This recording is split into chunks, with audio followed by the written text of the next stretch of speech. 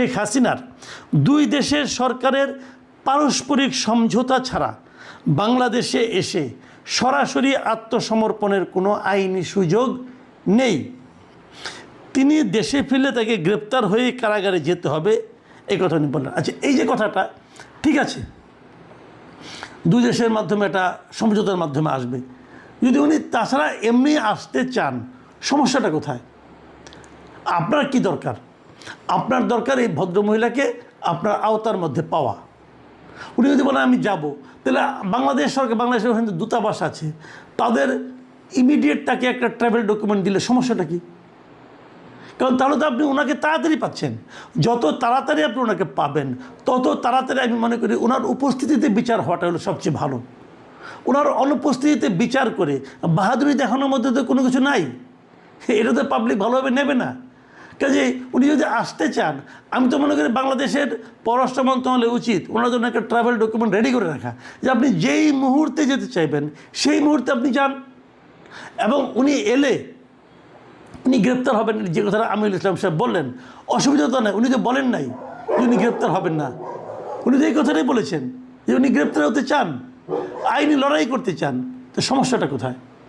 আমি মানে এগুলি নিয়ে আরও আলাপ হবে হয়তো আগামীতে কয়েকদিন, কিন্তু আমি মনে করি এই মুহূর্তে এটা খুবই একটা আলোচিত বিষয় যে শেখ হাসিনা আসবেন কি না, আসলে কেন আসবেন, আসলে কবে আসবেন, এবং উনি এলে পর কী প্রতিক্রিয়া হবে সরকারের মাঝে, দেশের মধ্যে, জনগণের মধ্যে, যে উনি আসবেন না এমনি একটা রাজনৈতিক একটা স্ট্যান্ডবাজি করেছেন। আর দ্বিতীয়টা হলো ওনার যে চারিত্রিক বৈশিষ্ট্য, উনি অবশ্যই আসবেন এবং আসার পর দেশ জুড়ে একটা রাজনৈতিক অস্থিরতা শুরু হবে। সরকার কঠোর অবস্থানে যাবে, আওয়ামী লীগের নেতাকর্মীদের গ্রেপ্তার, তাদের পেছনে পুলিশ লেলিয়ে দেওয়া হবে, এরকম নানা ধরনের ঘটনা ঘটতে পারে। এটা গেল প্রথমত এক ধরনের কথা।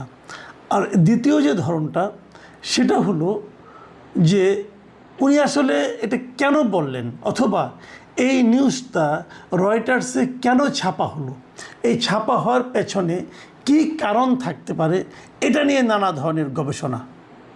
এবং এই গবেষণার পেছনে আমি মূলত তিনটা কারণ আমি মোটামুটি দেখতে পাই।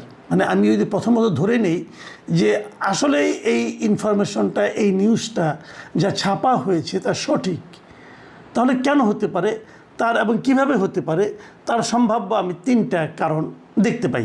আমি সেই কারণগুলি নিয়েই আজ আপনাদের সঙ্গে কথা বলতে চাই। প্রথমত হলো, আমি যেটা মনে করি, এই ঘোষণাটা শেখ হাসিনা দিয়েছেন, একই কথা উনি দুবার বলেছেন।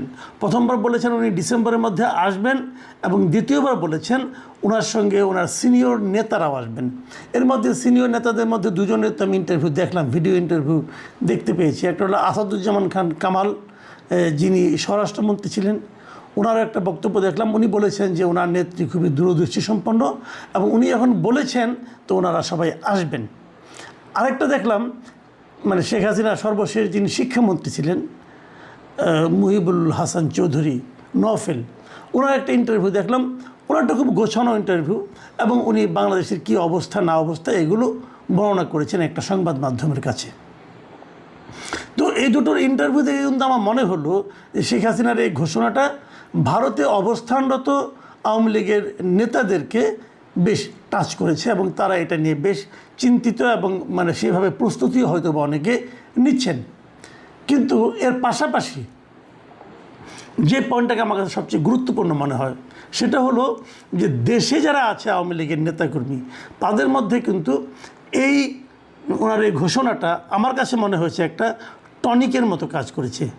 আপনারা মনে আছে নিশ্চয়ই যে 23শে জুন আওয়ামী লীগের যে প্রতিষ্ঠাবার্ষিকী ছিল, সেই প্রতিষ্ঠাবার্ষিকীকে কেন্দ্র করে সারা দেশে সরকার কিন্তু একটা বিশাল একটা নিরাপত্তা প্রস্তুতি নিয়েছিল। কিন্তু যে কারণে প্রস্তুতি নেওয়া যে আওয়ামী লীগের লোকজন সেদিন রাস্তায় নামবে, মিটিং মিছিল করবে, তার কিছুই কিন্তু 23শে জুনে আমরা দেখতে পাইনি। কিন্তু তার আগে কিন্তু একটা আওয়াজ ছিল, একটা অনলাইনে এরকম একটা আলোচনা ছিল। এগুলি কিন্তু নানা ধরনের স্ট্র্যাটেজিক্যাল আপনার ব্যাখ্যা আছে। যেমন একটা ব্যাখ্যা আছে, তারা বারবার এভাবে আওয়াজ দিবে কিন্তু নামবে না, কিন্তু যেবার সরকারের প্রস্তুতি কম থাকবে সেবার তারা নামবে, এটা একটা হতে পারে।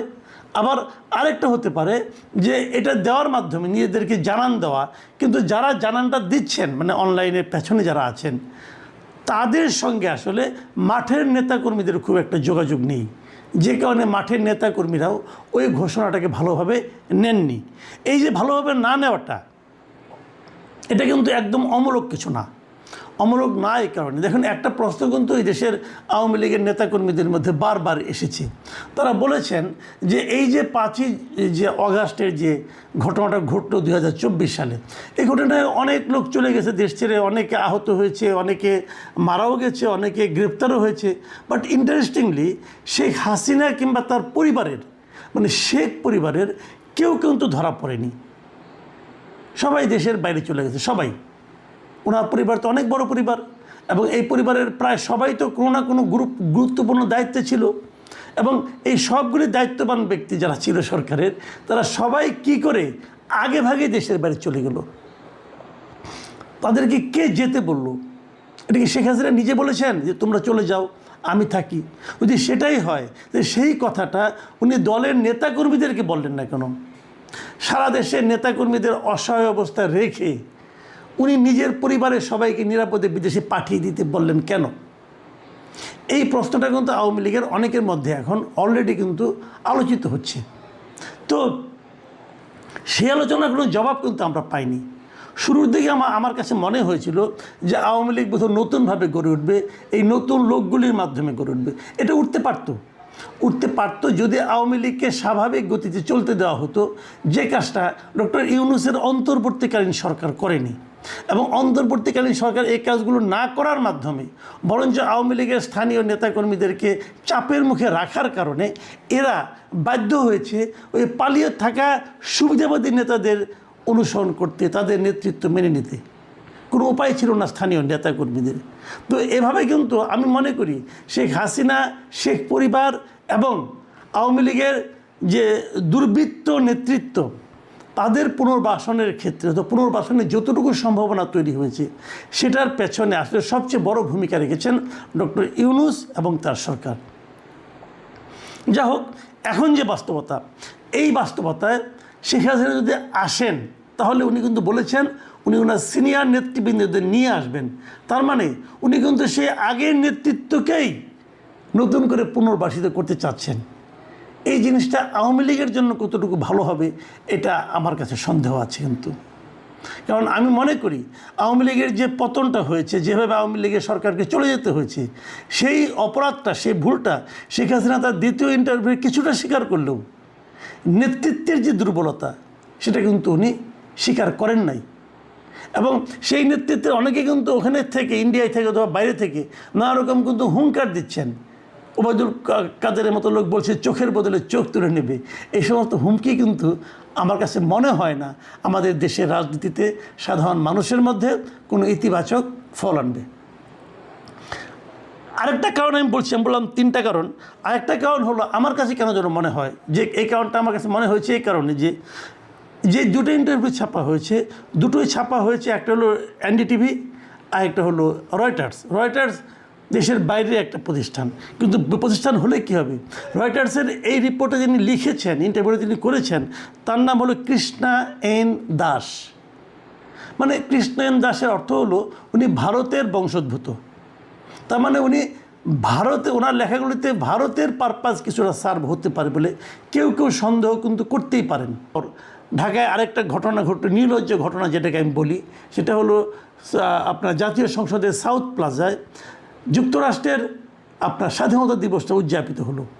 এই দুটো ঘটনার মাধ্যমে অনেক কিছু হয়তো অনেকে ব্যাখ্যা করবেন, কিন্তু যে ব্যাখ্যাটা সবাই বুঝবেন সেটা হলো বাংলাদেশ ভারতের বলয় থেকে বের হওয়ার চেষ্টা করছে। এই যে চেষ্টাটা, এই চেষ্টাটাকে ভারত হয়তো ভালোভাবে নেয়নি, এবং না নেওয়ার কারণে ভারত হয়তো এই ধরনের একটা ঘটনার অবতারণা করছে যে শেখ হাসিনা আসছে, শেখ হাসিনার মাধ্যমে এই ধরনের ইন্টারভিউর ব্যবস্থা করেছে। দেখেন শেখ হাসিনা ভারতের কোথায় আছে, কিভাবে আছে, এটা বলা কিন্তু কঠিন।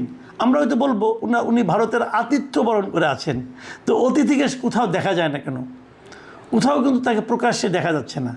তাহলে উনি কি ভারতের কাছে এক ধরনের গৃহবন্দী অবস্থায় আছেন না কী অবস্থায় আছেন আমরা কেউ জানি না। সেখান থেকে মাঝে মাঝে ভারতীয় বংশোদ্ভূত বিভিন্ন সাংবাদিককে উনি ইন্টারভিউ দিচ্ছেন।